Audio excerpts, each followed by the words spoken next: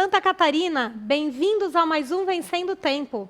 Meu nome é Letícia, eu sou médica e apresento esse quadro onde a gente traz formas de prolongar nossa vida saudável, melhorar a nossa qualidade de vida e ensinar você a cuidar melhor da sua saúde. Hoje a gente vai conversar com a doutora Simone, ela é especialista em nutrologia, pós-graduada em medicina esportiva, trabalha comigo há anos já e com a prática ortomolecular, é minha irmã. E nós vamos falar sobre vícios, compulsões e obesidade. Esse é um tema muito importante, muita gente, chega aqui no nosso consultório com essa queixa e hoje a gente vai esclarecer várias dúvidas relacionadas à parte alimentar e às compulsões. Tudo bom? Tudo bem. Tudo bom. Vamos lá então para... Nós vamos continuar o assunto, relacionado à ansiedade, compulsão alimentar e agora o novo hormônio que a gente vai falar é a dopamina, Da última vez a gente conversou sobre a serotonina, Então a dopamina também é muito importante modularmos, O paciente, quando tem alteração no metabolismo da dopamina, ele vai ter vício, ele vai... Só para as pessoas saberem o que é dopamina, O que é dopamina, o que é serotonina. Essas são substâncias, liberadas pelo nosso organismo que estão relacionados à sensação de bem-estar, de alegria, Então, a dopamina, a serotonina são chamadas as substâncias do prazer. E pessoas que têm deficiência em uma dessas substâncias, no caso hoje a gente vai falar sobre a dopamina, elas têm uma tendência a vícios, a compulsão. E no caso da obesidade, é vício pela comida. Então, a serotonina, a gente conversou na última gravação nossa, quem quiser, está gravado no IGVT, tanto da Band, no YouTube, quanto no meu Instagram. No caso da dopamina, parte dela é liberada no cérebro, mas tem uma relação muito grande com o nosso intestino, Então, nós precisamos da L-fenilalanina, que é um aminoácido, para que se transforme em tirosina e a tirosina vira a dopamina, Então, quando a gente trata o paciente, primeiro a gente descobre, no consultório que é feito isso, a gente descobre a causa dessa obesidade e se ela é genética, se é um distúrbio metabólico intestinal. Muitas vezes esse paciente que às vezes procura os colegas psiquiatras, outros especialistas, eles estão buscando resolver esse problema emocional.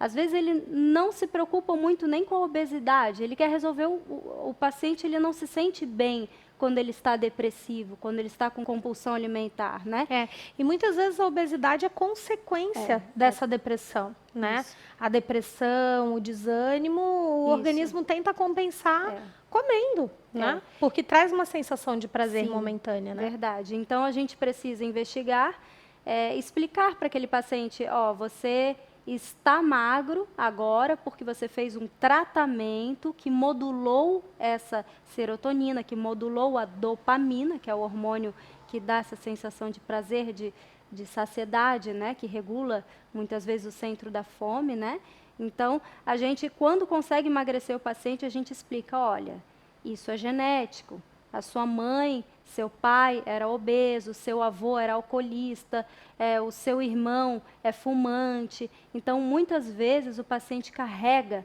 uma genética de vícios na família, de obesidade, compulsão alimentar, depressão. Minha mãe é depressiva, minha irmã tem compulsão alimentar, o meu primo é bipolar. Então, isso é genético. Então, não é... Mas a boa notícia não é porque é genético que não pode ser corrigido, tá, gente? Hoje isso pode ser dosado e, inclusive, esses aminoácidos, no caso, a L-fenilalanina, que converte, no caso, na dopamina, em tirosina, que chega a dopamina, que é a substância do prazer, ela pode ser reposta, tanto via oral quanto injetável em casos de deficiência grave. Isso. Então, não tem mais porquê a pessoa ficar sofrendo em casa com depressão, com compulsão, fica se culpando, muitas vezes, por não conseguir seguir uma dieta, não conseguir manter a dieta. Então, tem como corrigir esses distúrbios, Uma coisa importante, né? A gente fica aqui conversando, nós duas batendo papo, falando de substâncias. Daqui a pouco o paciente vai lá correndo e compra fenilalanina, compra os aminoácidos Sim. e sai tomando. Então, é muito importante uma avaliação médica, porque nem todo paciente pode se repor à fenilalanina.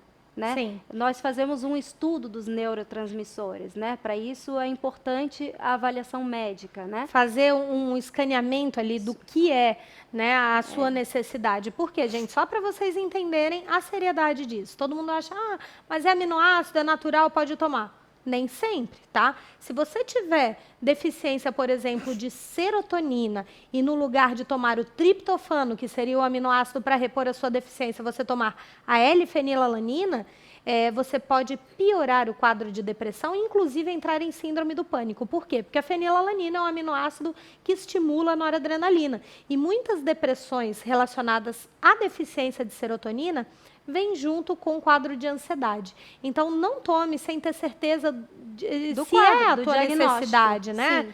No teu diagnóstico. Então, se você tem deficiência de dopamina, sim, deve fazer reposição de fenilalanina, Isso, né? como Na diz dose adequada também. Verdade, como diz o nosso professor, doutor Efraim, né, que muito querido, o paciente tem que ser modulado. Cada paciente é um indivíduo especial. Se ele tem um irmão, é diferente do outro irmão, diferente do primo, da mãe, do pai, por mais que seja genético. Pode se resolver para o resto da vida, desde que a pessoa tenha o conhecimento daquele diagnóstico e conserte esses defeitos metabólicos, mas tem que consertar a longo prazo, né? E cada vez mais, né, a medicina caminhando para a personalização, né?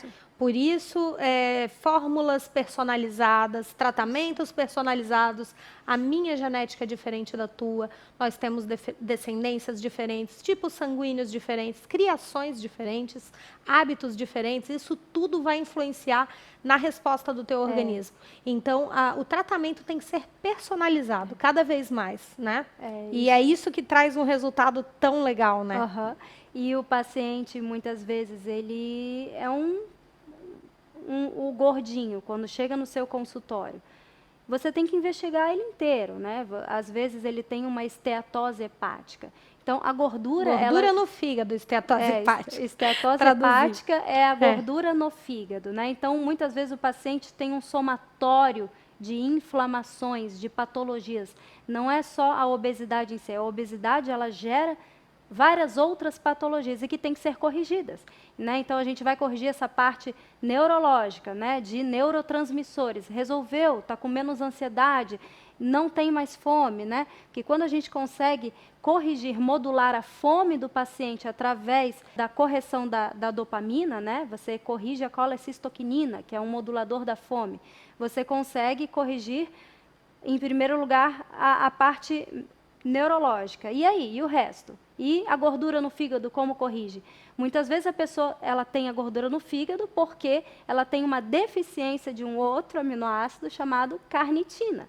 Então, quando ela come muito doce, porque ela tem compulsão, ela vai ter muito carboidrato, né, no sangue, muito açúcar no sangue, né, traduzindo.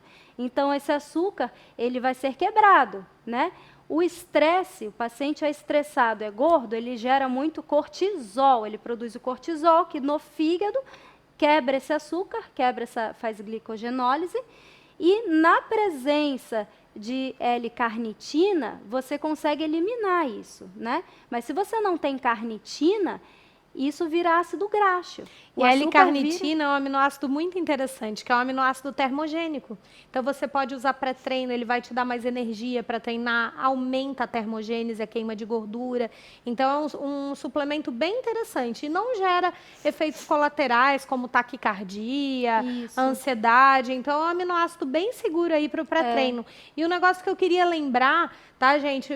Nem sempre ter uma gordurinha no fígado é o fim do mundo. Isso pode ser parte do no processo, no caso de emagrecimento. Quando você queima muitos quilos de gordura, essa gordura, ela cai na tua corrente sanguínea, ela tem que ser metabolizada.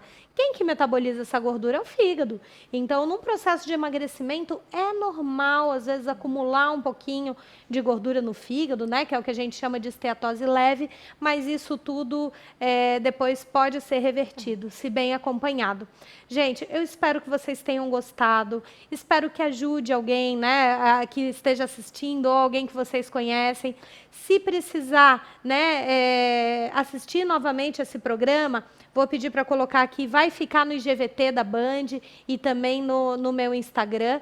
E até o próximo Vencendo o Tempo. Muito obrigada pela presença mais uma vez.